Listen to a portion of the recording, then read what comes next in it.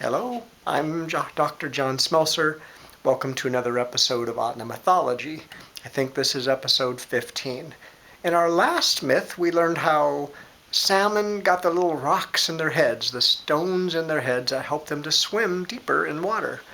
Well, in this story, we learn how rabbit got his puffy powder tail, his little short fluffy tail that couldn't hurt a fly. But you see, in the old days, in the time of Ahtna Yanida, the traditional old days before time, before people, when animals still spoke, in the story, rabbits had a really sharp tail, like almost like a knife that they would use to defend themselves against all the predators that tried to hunt them all the time. Well, these hunters from this village, I say it's Tazlina village, my village. That's where the story, I was once told that this story took place at a specific place along our family property. So I'll say Tazlina village. Well, the people of this village started disappearing. One hunter here, a hunter there. And when they found them, they were always in the same area and they were always dead with like a hole right in their throat or a hole right in their heart. Just a little hole. It didn't seem like anything else killed them.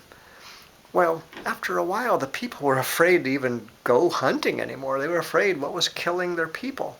And they were running out of food. They were starving. Well, this one young man, Keith Huya, which means wise young man. Sometimes it means fox, as in like a raven character, a trickster, smart, sly character. That's a fox. But generally, Kihuya just means a smart young man, wise, cunning, capable young man. He decided to go out to protect his village and find what was killing his people. So he went in the same direction towards the same place where those other men had died. But on the way along the river, he picked up flat river stones.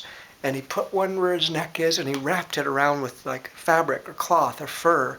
And then he put one under his shirt like against his heart, just in case. He wasn't sure what he'd see, but whatever it was making a hole in their neck or their heart. Well, finally he came to the place where the other men had died, and he laid down and pretended to sleep. And he could hear something in the bushes.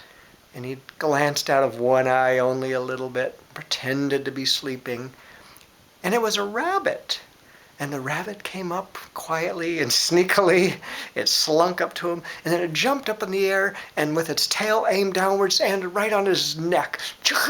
But it hit that rock instead, and it bent his tail, broke it, and it ran off screaming, "Ow, yow, yow, yow!" And ever since, no one died from rabbits killing them with their tail.